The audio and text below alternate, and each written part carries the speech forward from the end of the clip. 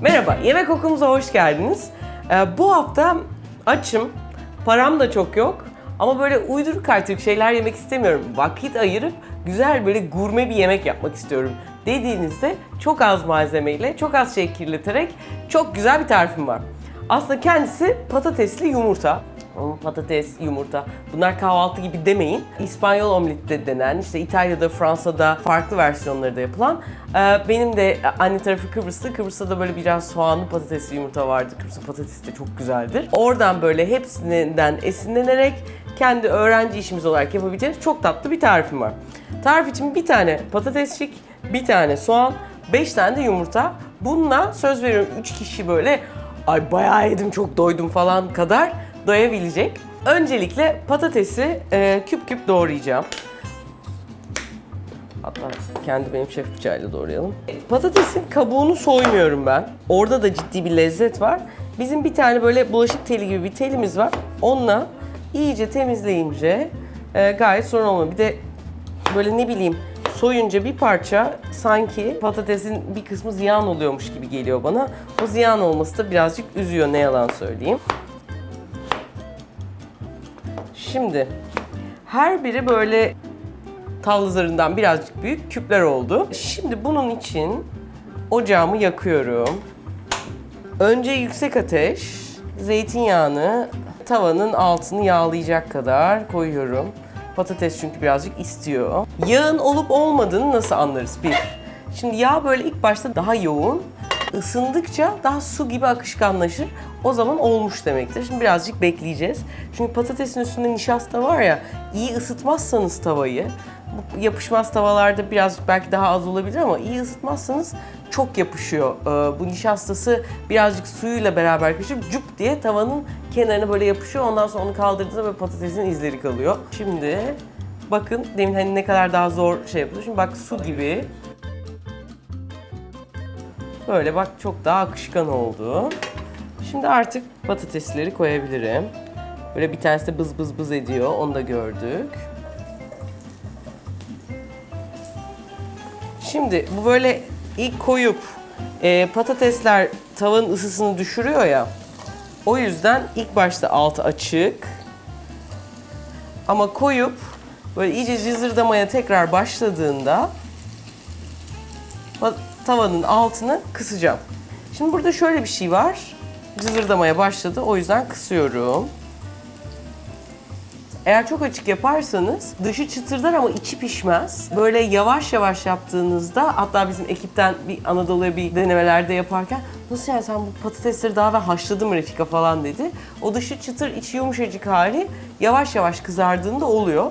Bir de ilk koyduğumuz zaman aynı et gibi kimisi yapışıyor kimisi yapışmamış ama patateslerin o ilk bir tavaya yapışma anı var.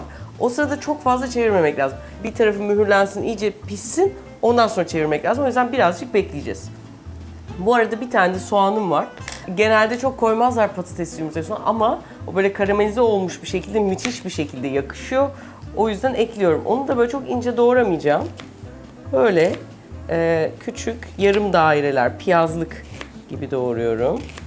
Soğan çok müthiş bir tat verici.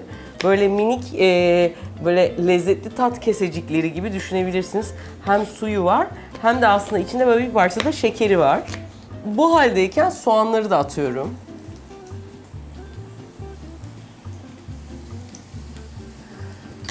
Soğanlar önce üstte, patatesler iyice altta kendini bırakınca ondan sonra çevireceğim. Şimdi dedik ya gurme, ulan patatesli yumurta yapıyorsun Refika, neresi gurme diyebilirsiniz. Bunu gurme yapan şey bu patatesi pişirme şekli, içerisindeki soğan ve ondan sonra da yumurtanın tam böyle ayarında. Yani dışı sert, içi yumuşak pişmesi. Bütün olayı o olacak ve ne kadar lezzetli olduğuna, yani döner kebaptan daha lezzetli diyebilirsiniz. Şimdi iyice kendini bıraktıktan sonra şöyle çeviriyorum. Şimdi bu böyle arada çevirerek yaklaşık bir 15 dakika pişecek. Burada siz işte 2 bölüm daha okuyabilirsiniz. Birazcık bir şeyler çalışabilirsiniz. Ya da bir arkadaşınız gelecek ve onu etkilemek istiyorsanız sonuçta saçınız, başınız, sakal varsa sakalınızı falan toparlayabilirsiniz. Bu 15 dakikayı böyle istediğiniz gibi kullanın. Ben bir sonraki tarif için çalışmak için kullanacağım. Patateslerim güzelce kavruluyorlar. Şimdi bir İspanyol olsa omleti yaparken onlar burada patatesin asla ve asla renk değiştirmemesini önemsiyorlar. Ama ben böyle hafif soğanlar karamelize olsun, patatesin kenarları çıtırdasın falan seviyorum. Şimdi bir taraftan bu oluyor. Burada hala kısık ateşteyiz. Bu önemli. Şimdi yumurtalarını kırabilirim. Hazır fırsat varken tek elle yumurta kırmanın ufak ipuçlarını da size madem gurme dedik gösterelim. Masaya vurduk. Vurduktan sonra bir parmak ileride, bir parmak geride çok fazla da bastırmadan kabuğunu açıyoruz. Şimdi hatta biraz korkarak ve yavaş yaptım. Yani hikaye şu, bir parmak burada, öbür parmak burada, öbür baş parmağımda böyle şeyi açıyor, çıkırt diye. Evet, şimdi yumurtaları birazcık patatesi karıştırıyorum tekrar. İyice tam şu an benim istediğim kıvama gelmeye başladı. Şöyle iyice kısıyorum. Şimdi burada yumurtanın hava alması lazım. Hava alabilmesi için böyle arada çatalı da yukarı kaldırarak, hani Burak böyle videolarında ekmeği katlarken içine hava alıyor ya, yumurtanın içerisine hava almamız lazım. Zaten beyazı yumurtanın hani kar yapılır, beze yapılır. Hani aman içime hava girsin de genişleyeyim diye böyle bir hallerde. O yüzden çok rahat. Mesela demin biraz daha şeydi. Şimdi çırptıkça yumurta genişleyecek. Bu genişlemesi bizim ne işimize yarayacak? Tavada pişirirken o beyazlar şiştiğinde içinde hava aslında kabarcıkları olur. Sonra tavanın içine koyduğumuzda ne oluyor? Isınan hava genleşir. Dolayısıyla o hava kesicikleri genleşerek daha büyük bir yumurta olmaya doğru gidiyorlar. Eğer bir anda çok abartır, hızlı genleştirirseniz ne olur? Patlar. Aynen. Yani şişer ve süner. Oradaki amaç yavaş yavaş onu genleştirmek. Genleşirken likit olan yumurtanın sertleşmesi ve oradan havayı çektiğinizde birazcık inecek, illaki inecek. Çünkü hani içindeki hava soğuk. Ama yine de o pofidikliğini koruması, böyle dümdüz ve yapışık olmasındansa. Temel mantık o. O yüzden güzelce yumurtayı çırpıyorum. İyi çırpıldığını bir de nereden anlarsınız? Yumurta böyle hani lürüp diye uzar ya, o uzaması azalacaktır, kırılacaktır. Ona böyle bir parça hani tuzu eklediğinizde o da artacak. Böyle bir dolu çay kaşığı kadar tuz ekledim. Bir o kadar da karabiber. Artık patatesime de azıcık tuz ekliyorum çünkü patateslerim ve soğanın tuzu yok. Onları bir daha bir karıştıracağım. Tekrar altını açıyorum. Böyle koyduk ya, patatesleri şöyle yayıyorum. Şimdi burada böyle siyah siyah parçalar var. Bunların hani siyah değil aslında, kahverengi. Ya yanık mı falan diyebilirsiniz. Bu kameralar nasıl beni biraz daha kilolu gösteriyor. Aynı şekilde o parçaları da olduğundan daha siyah. Ekmek falan, Burak'ın yaptığı ekmeklerde de kimi zaman aynı dert oluyor. Aslında değil, o lezzet için o Maillard reaksiyonu arada gerekli. Ama sizin gördüğünüzden daha bizim kendi gözümüze oh olsa da yesem denecek cinsten. Alt hala kısık olması lazım. Çünkü içerideki kısım bol sulu ve geniş. Bunun yavaş yavaş pişebilmesi için kapağını kapatıyorum. Yaklaşık 6 dakika, 7 dakika, ocağınızın performansına göre değişecek. 6-7 dakikada üstü de böyle sululuğu azalacak.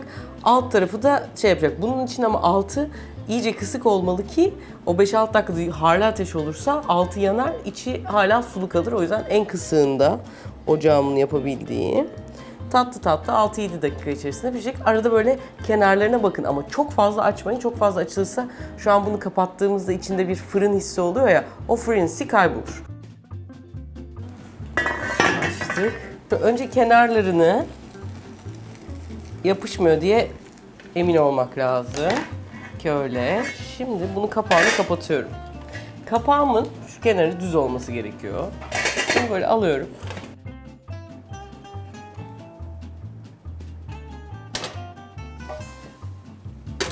Ve yine kısık ateş.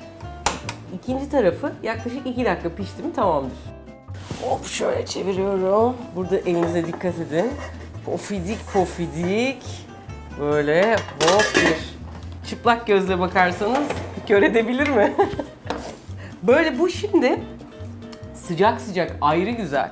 İsterseniz de böyle soğuduktan sonra lüp lüp lüp böyle yani mücver gibi de yenebilir. Tek kişiyim ben, bu kadar zahmet ettim ama kendime bir şey yapmak istedim. Yarısını öğlende yiyin, kalan yarısını da akşamda ya da ertesi gün yiyebilirsiniz. İnanın çok güzel, çok lezzetli ve çok doyurucu oluyor. Umarım hoşunuza gitmiştir. Eğer beğendiyseniz ne olur öğrenci evinin diğer tariflerimiz var. Onları yapabilirsiniz. Ya Refika ne olur Refika abla bana şunu da yap dediğiniz bir şey varsa aşağıya yazın. Videolarımıza like etmeyi unutmayın. Onlar bayağı bizim işimize yarıyormuş. Öyle öğrendik. O yüzden bize o parmakları, like'ları esirgemeyin. Abone olmadıysanız da artık bir zahmet olun. Görüşmek üzere. Kendinize iyi bakın.